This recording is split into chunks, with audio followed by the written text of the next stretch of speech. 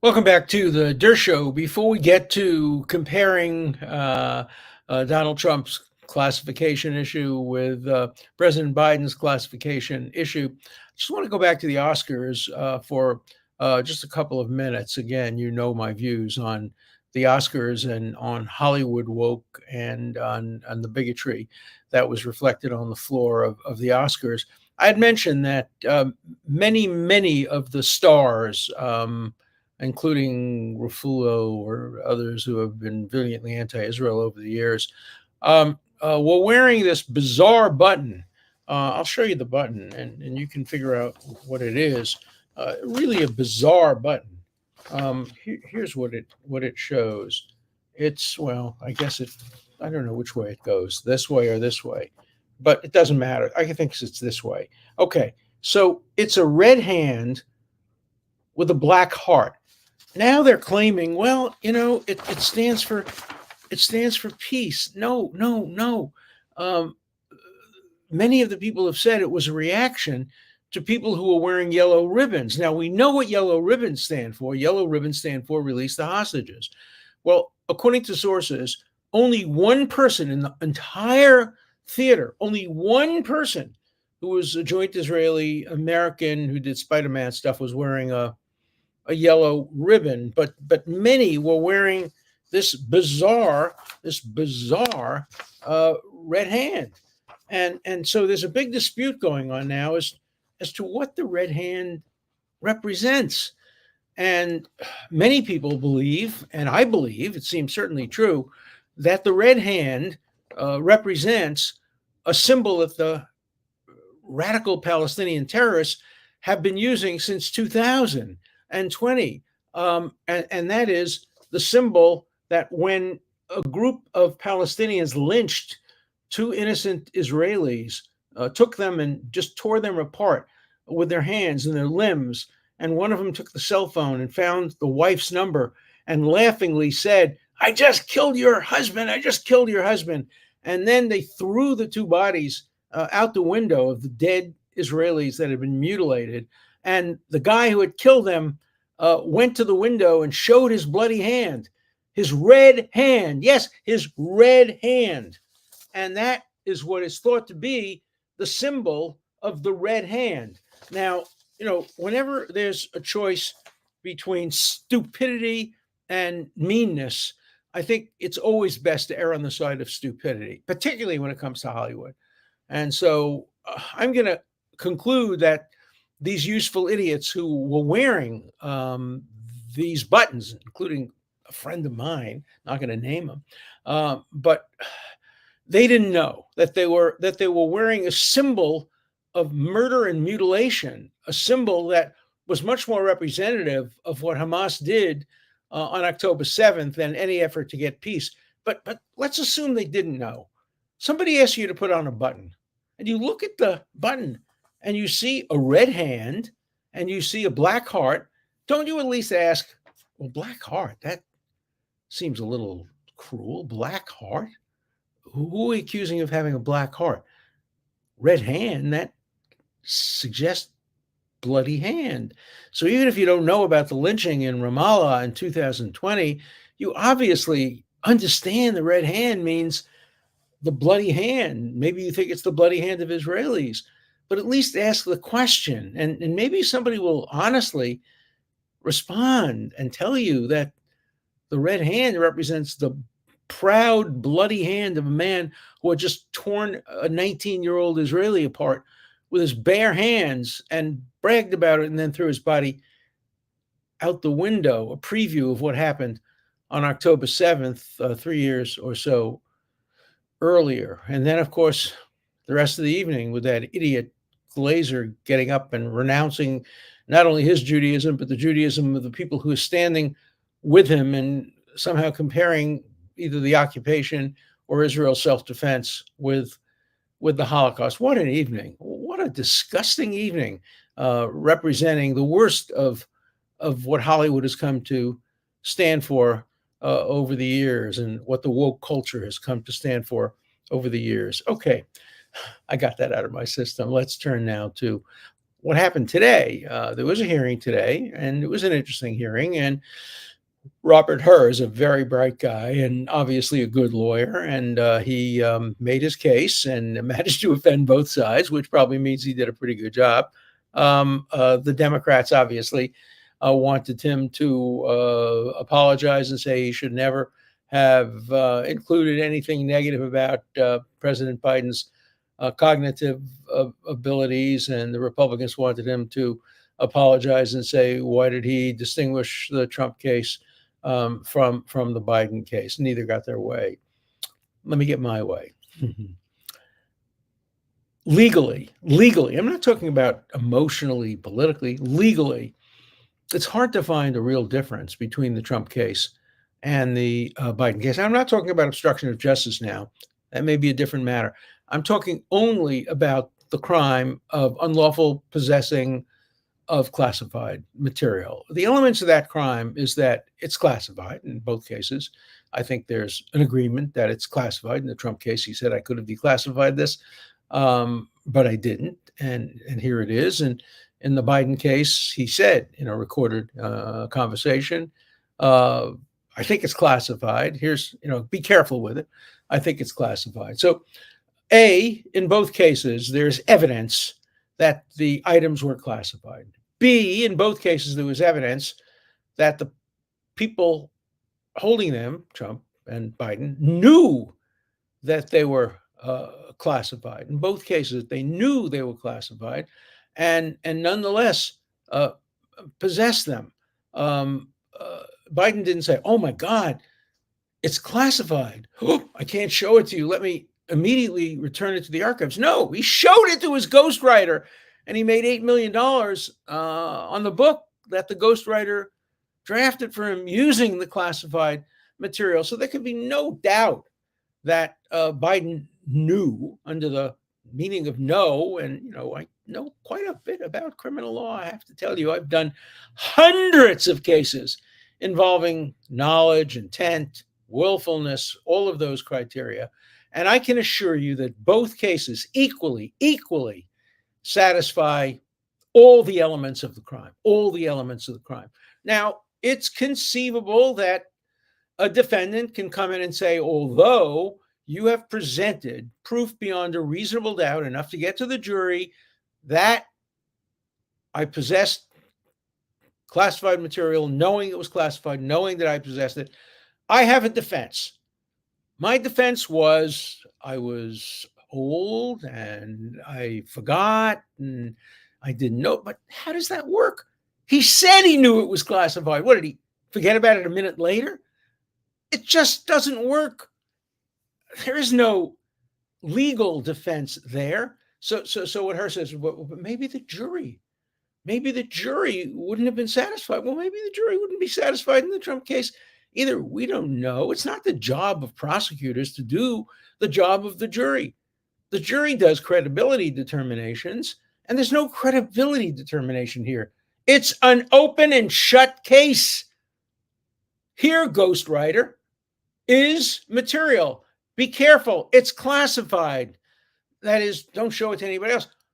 Oh, by the way, I can't read my writing, ghostwriter. Here, you read the classified material. And according to the recording, he turns the classified material. Did he not remember? He turned it up. It doesn't matter that he remembers now.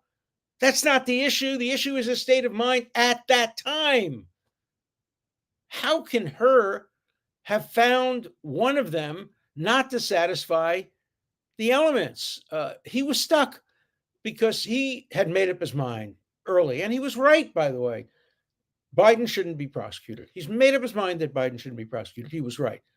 But he had a problem. The problem is that Trump was prosecuted. And so he had to distinguish the cases. The problem is you cannot distinguish the cases. There should not have been a criminal prosecution in either case, because all presidents take home classified material to write their multi-million-dollar memoirs. They all do it. I will bet you anything that you go back to the time when presidents started writing memoirs, and you will find that they kept some classified material in order to help them with their memoirs. Maybe they made copies of it. Maybe they took notes of it. Maybe they took the originals home.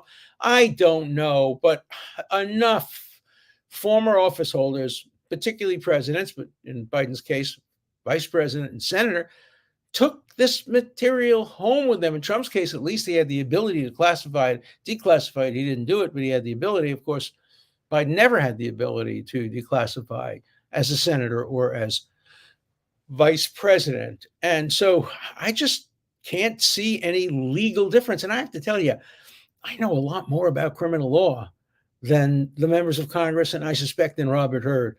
There is just no legal difference in terms of the pure elements of the offense. And then you go to, well, maybe he would have a defense. Who knows whether he would take the witness stand? How would he introduce the evidence? Who knows whether the jury would believe him? Remember, Hurd found that Biden had misstated the facts. In fact, he was asked by one of the members of Congress, you mean he lied, right? And Hurd basically admitted that he had lied. And if he had lied, maybe the jury wouldn't believe him. So maybe the jury wouldn't believe that he didn't know or forgot.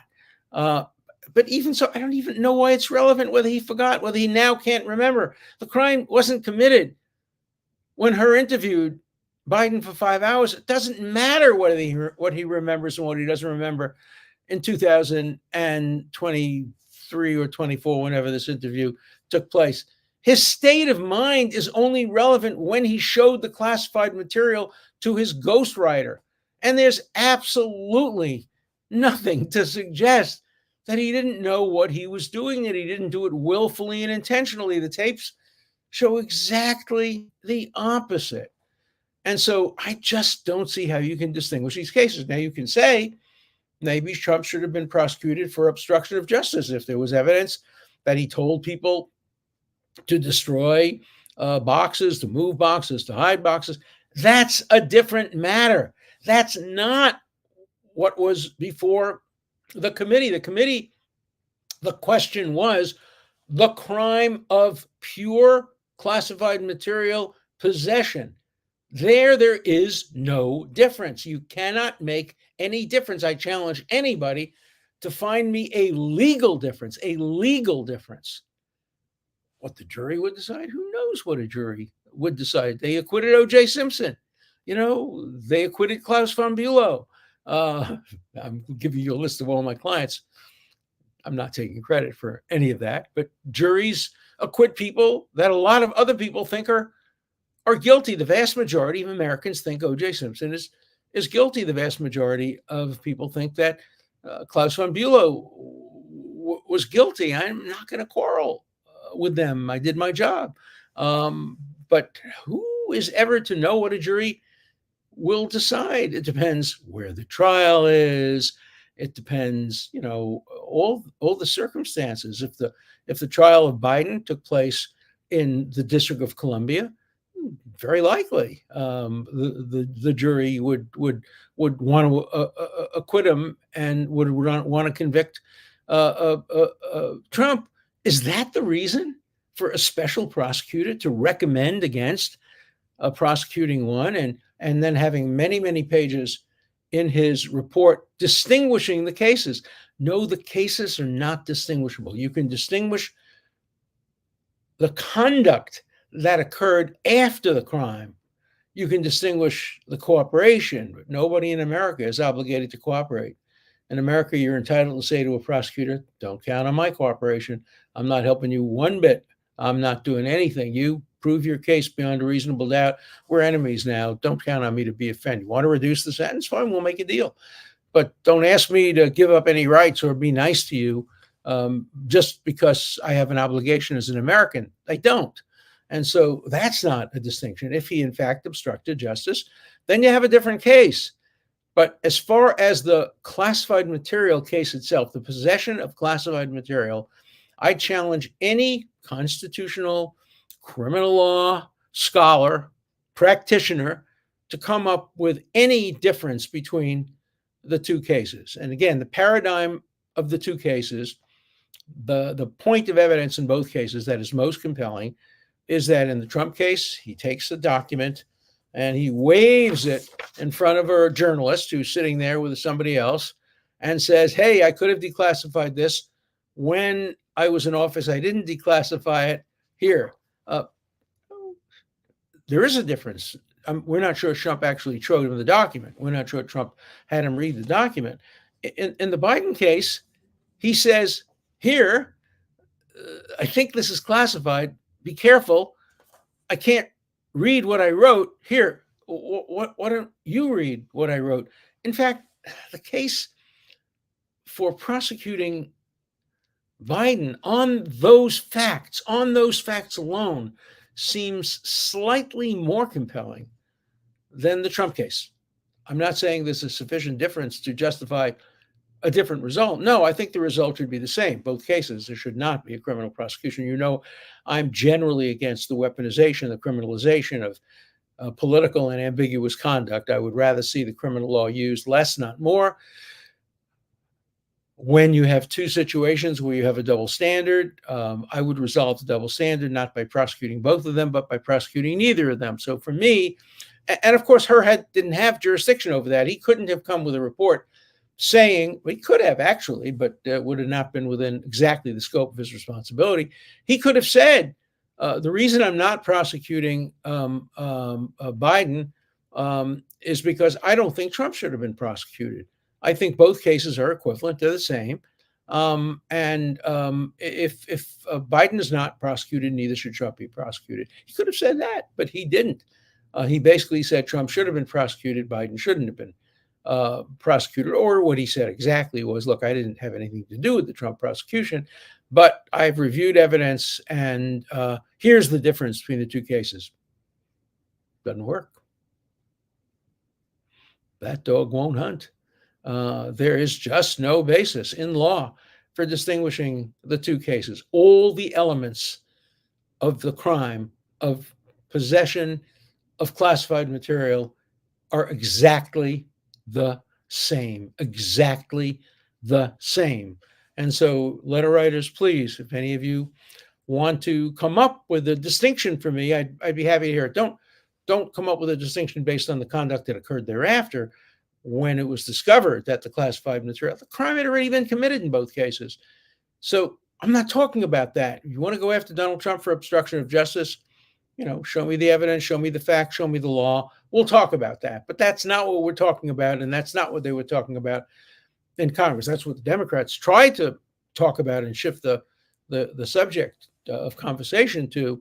But in terms of the actual elements of the crime of unlawful possession of classified material, the elements are exactly the same. The evidence is exactly the same. And the legal conclusion should have been exactly the same. In my view, it should have been, do not prosecute either of them. Don't know whether Trump will be making those kinds of arguments. There is nothing in the Constitution, as interpreted by the Supreme Court, which gives a defendant the right to dismiss a case just because somebody else who's equivalently guilty wasn't prosecuted. So constitutionally, legally, that may not be a particularly powerful argument, but in terms of prosecutorial discretion, that surely is an argument that's worth making. We'll see what happens. Okay, let's go to letters. Got a lot of letters today. One is interesting. I was railing against the film Zone of Interest. I didn't like it. One of the producers is a friend of mine, so I apologize in advance, but we have different tastes in movies. I just thought it was an extraordinarily boring movie that didn't move at all. As I said, it was an interesting photograph of Rudolf Hess, the commandant of Auschwitz, and his family living right next to Auschwitz, and hearing the screams and hearing the shouts, and but there was no drama. It was a point, an interesting point. Now it turns out that the point was apparently borrowed from another book that didn't get any credit. So let me read you a letter. I can't confirm that this letter is true. I did check the facts before I read the letter. Here's the letter. It says, Zone of Interest isn't even original. It's a ripoff of a much better book written half a century ago, 1952. I can't pronounce French, but La Mort est mon métier, which means, I think, death is my business, by Robert Merle.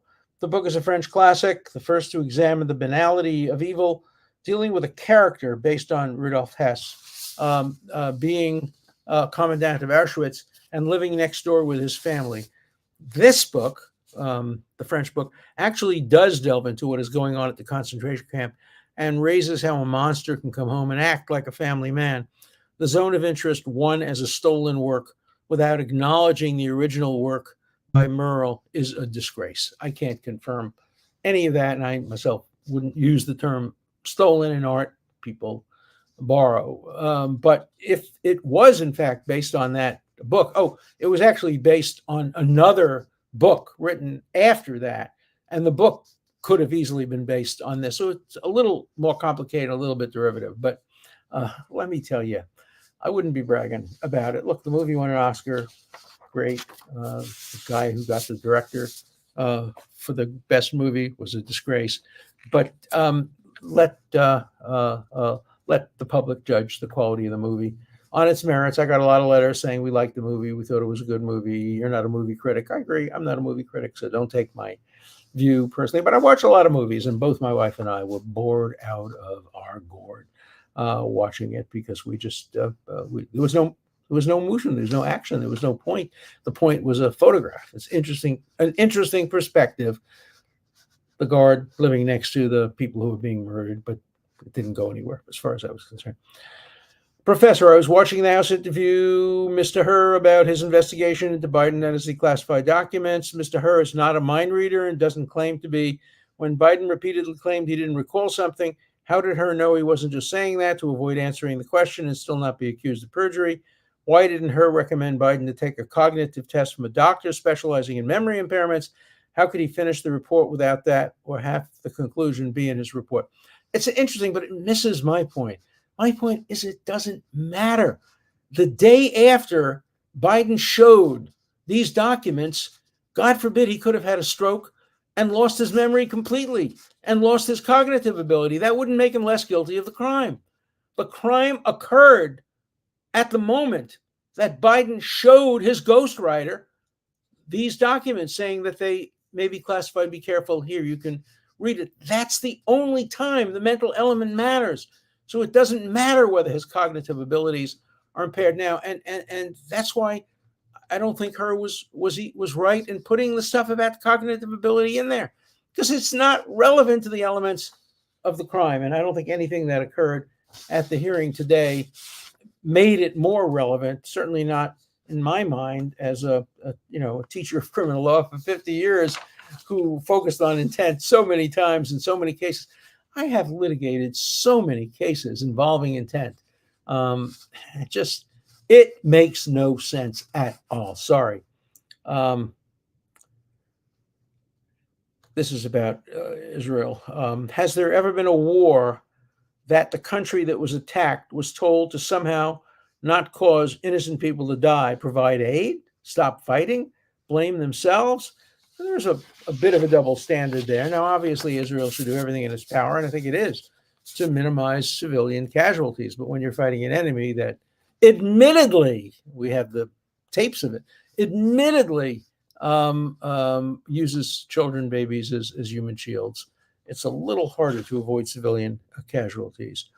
I wonder what Spielberg will say about the disgusting guy that calls himself a Jew and rejects his Judaism. Will he ever work with him again?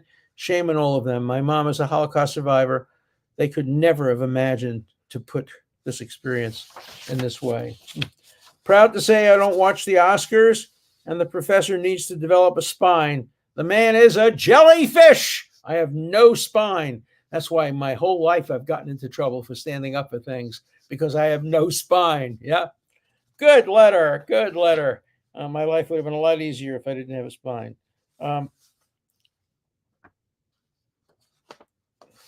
Let's see.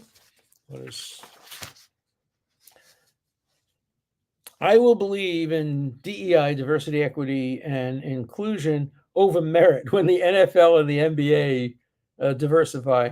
there's no basis for DEI in any occupation if professional sports are exempted from it.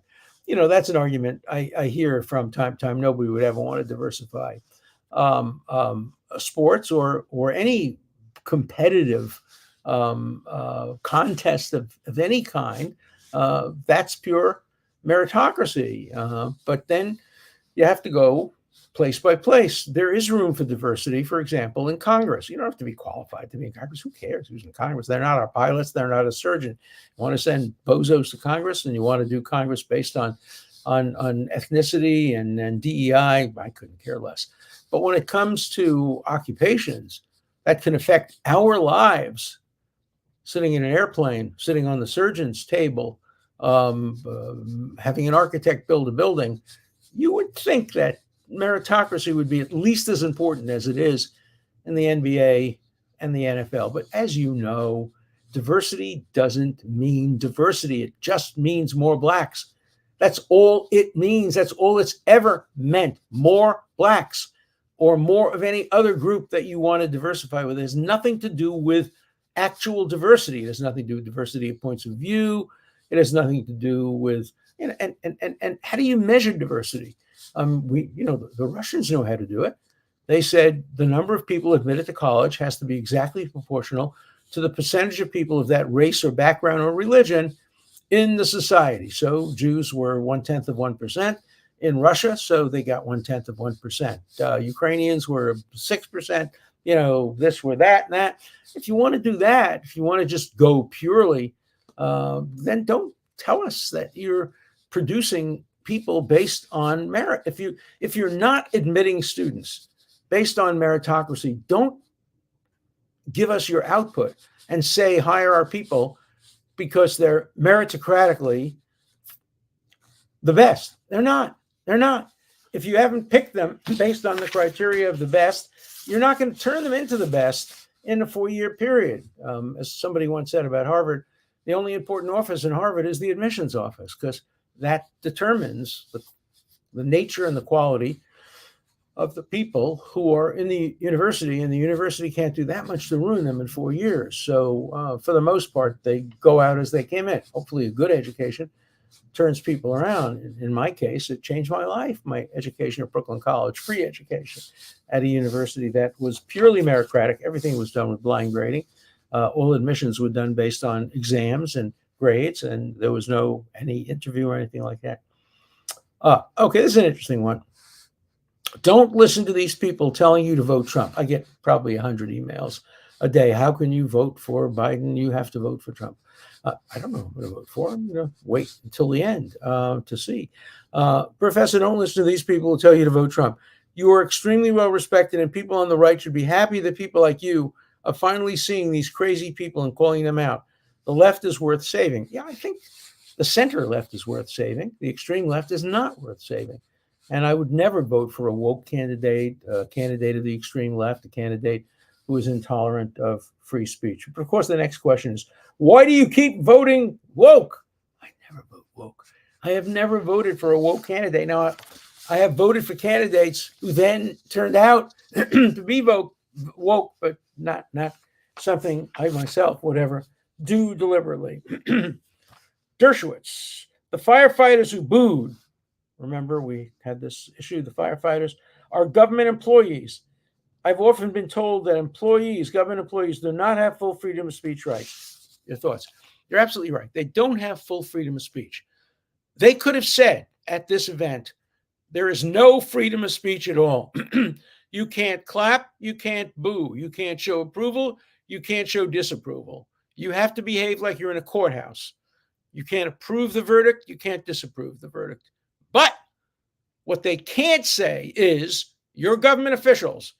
Therefore, you can show approval of the government, but you can't show disapproval. You cannot do that under the First Amendment. I have an article, an op-ed in today's New York Sun, which deals with the firefighters case, as well as with Sid in the morning, Sid Rosenberg's case, where he was expelled from the floor of the House because he shouted out, "Says who?" The typical Brooklyn expression that we all learned as kids.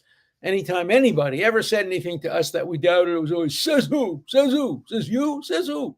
And that's what Sid yelled out. He should be commended for that. He's printing shirts, and I'm going to get one of the first copies of the shirt. And one of these days, I will wear it on the show when I get it. And if you have any doubt about that, you can ask me. Says who? Says me. That's who.